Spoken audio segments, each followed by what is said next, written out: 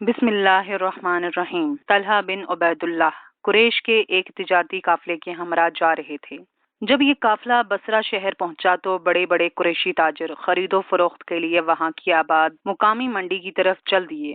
طلحہ ابھی نوعمر تھے اور میدان تجارت میں نوخیز، لیکن بلا کی ذہانت و بصیرت کی بنا پر یہ میدان تجارت میں کامیابی و کامرانی سے ہمکنار ہونے کی بھرپور صلاحیت رکھتے تھے۔ طلحہ صبح و شام اس منڈی میں جایا کرتے جہاں ہر جگہ سے آنے والے تاجروں کا ہجوم رہتا۔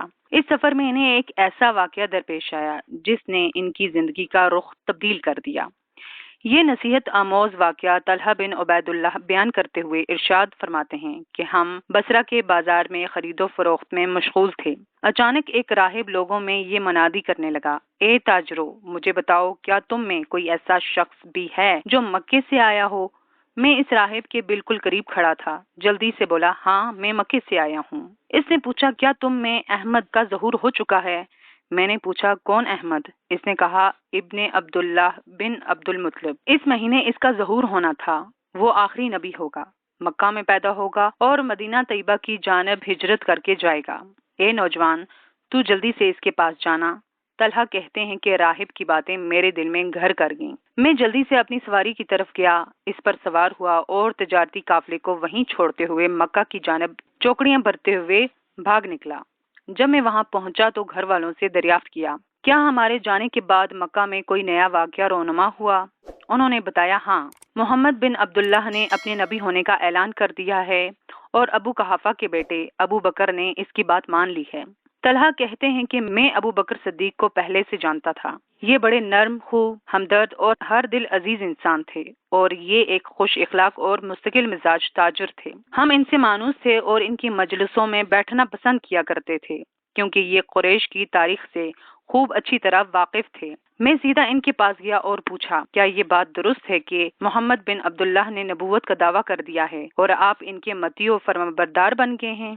انہوں نے کہا، ہاں۔ پھر وہ اپنی آبیتی سنانے اور مجھے بھی اسلام قبول کرنے کی دعوت دینے لگے۔ میں نے انہیں راہب کی بات بتائی تو وہ یہ سن کر حیران و ششدر رہ گئے اور کہنے لگے، ابھی میرے ساتھ چلو اور خود حضرت محمد صلی اللہ علیہ وسلم کی خدمت میں یہ بات پیش کرو اور ان کی باتیں سنو تاکہ تم دائرہ اسلام میں داخل ہو سکو۔ طلحہ کہتے ہیں کہ میں حضرت محمد صلی اللہ علیہ وسلم کی خدمت میں حاضر ہوا۔ آپ نے میرے سامنے اسلام کی دعوت پیش کی، قرآن مجید کی چند آیات تلاوت فرمائیں اور مجھے دنیا و معافیہ کی بھلائی کی خوشخبری دی۔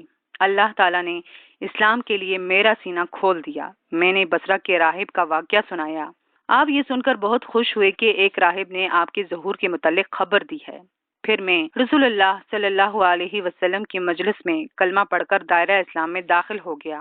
اس طرح میں چوتھا انسان تھا جس نے حضرت ابو بکر صدیق رضی اللہ تعالیٰ عنہ کے ذریعے اسلام قبول کیا۔ اس قریشی نوجوان کا اسلام قبول کرنا اہل خانہ کو ایسا ناگوار گزرا جیسے اچانک ان پر بجلی گر پڑی ہو۔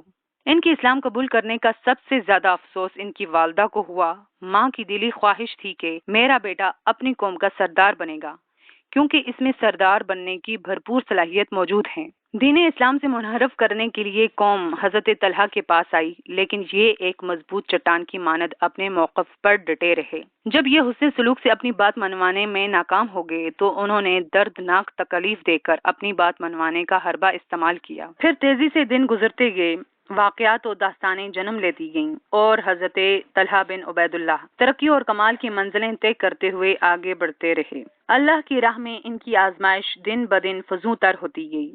اسلام اور مسلمانوں کے ساتھ حسن سلوک اور وفاداری میں دن بدن اضافہ ہوتا گیا، یہاں تک کہ مسلمان حضرت طلحہ کو زندہ شہید کے لقب سے یاد کرنے لگے۔ رسول اللہ صلی اللہ علیہ وسلم انہیں نیک طلحہ، سخی طلحہ اور فیاض و فراغ دل طلحہ کے لقب سے پکارتے۔ ہر لقب اپنے دامن میں ایک داستان لیے ہوئے ہے۔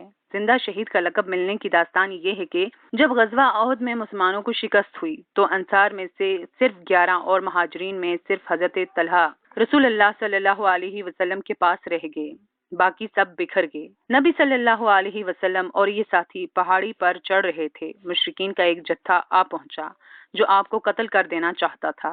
آپ نے نازک صورتحال کو دیکھ کر ارشاد فرمایا، آپ میں کون ہے جو ان کو یہاں سے بھگائے؟ وہ میرا جنت میں رفیق ہوگا۔ حضرت طلحہ نے جلدی سے کہا، میں یا رسول اللہ۔ آپ نے فرمایا نہیں، تم ابھی رہنے دو۔ انصار میں سے ایک شخص بولا میں یا رسول اللہ۔ آپ نے فرمایا ہاں، تم مقابلے کے لیے آگے بڑھو۔ وہ انصاری آپ کا حکم پا کر بے جگری سے لڑا یہاں تک کہ شہید ہو گیا۔ رسول اللہ اور آپ کے ساتھی کچھ اور اوپر چڑھے تو مشرکین نے پھر گھیرا ڈال لیا۔ آپ نے ارشاد فرمایا ان کا مقابلہ کون کرے گا؟ حضرت طلحہ نے کہا میں یا رسول اللہ۔ آپ نے فرمایا نہیں، تم ابھی نہیں۔ انصار میں سے ایک شخص بولا میں یا رسول اللہ۔ آپ نے فرمایا ہاں، تم آگے بڑھو۔ یہ انصار مقابلے میں اترے اور جام شہادت نوش کر گئے۔ رسول اللہ مسلسل پہاڑ کی بلندی کی طرف چڑھتے گئے اور مشرکین بھی پیچھے سے لگے رہے، یہاں تک کہ آپ کے ہمراہ تمام انصاری جام شہادت نوش کر گئے اور آخر میں صرف حضرت طلحہ رہ گئے۔ آپ نے حضرت طلحہ کو مشرکین کا مقابلہ کرنے کی اجازت دی۔ اس وقت صورتحال یہ تھی کہ رسول اللہ صلی اللہ علیہ وسلم کے دندان مبارک شہید ہو چکے تھے۔ آپ کی پیشانی خون آلود تھی، ہونٹوں پر گہرے زخم آ چکے تھے، خون آپ کے چہرے مبارک سے بہہ رہا تھا، تھکاوٹ اور زخموں سے آپ نڈھال ہو چکے تھے۔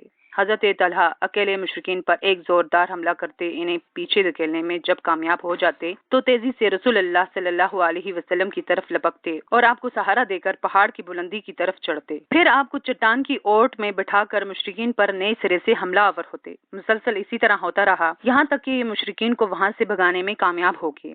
حضرت ابو بکر صدیق فرماتے ہیں کہ میں اور ابو عبیدہ بن جراح رسول اللہ سے کافی فاصلے پر تھے۔ جب ہم وہاں پہنچے آپ کی مرہم پٹی کرنے لگے تو آپ نے ارشاد فرمایا مجھے چھوڑو اور اپنے ساتھی طلحہ کی خبر لو۔ حضرت طلحہ کا خون بہہ رہا تھا، ان کے جسم پر 70 سے زائد نیزے اور تلوار کے زخم لگ چکے تھے، ایک ہاتھ بھی کٹ چکا تھا، بے ہوش ہو کر ایک گھڑے میں گر چکے تھے۔ اس واقعے کے بعد رسول اللہ صلی اللہ علیہ وسلم ارشاد فرمایا کرتے تھے جو چاہتا ہے کہ کسی زندہ شہید کو اپنی آنکھوں سے دیکھے تو وہ طلحہ بن عبید اللہ کو دیکھے۔ حضرت صدیق اکبر رضی اللہ تعالیٰ عنہ فرماتے ہیں کہ احد کی لڑائی تو در حقیقت صرف طلحہ ہی نے لڑی اور اس کی کامیابی کا سہرا بھی اسی کے سر ہے۔